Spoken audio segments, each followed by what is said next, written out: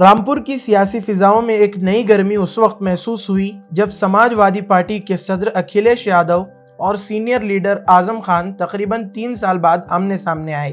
یہ ملاقات صرف ایک رسمی مصافحہ نہیں بلکہ ایک دلوں کی قربت کا لمحہ تھی۔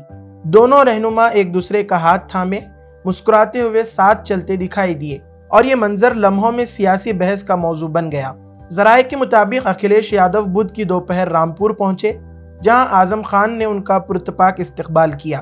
قابل غور ہے کہ ملاقات سے قبل اعظم خان نے ایک شرط بھی رکھ دی تھی کہ اس ملاقات کے درمیان کوئی تیسرا شامل نہ ہو۔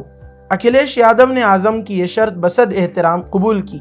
سیاسی تجزیہ کاروں کا کہنا ہے کہ یہ مصافحہ 2027 کے اسمبلی انتخابات سے قبل سماجوادی پارٹی کے لیے ری یونین سگنل ہے جو پارٹی کے مسلم ووٹ بینک کو دوبارہ متحد کر سکتا ہے۔ Bureau report, Deccan media.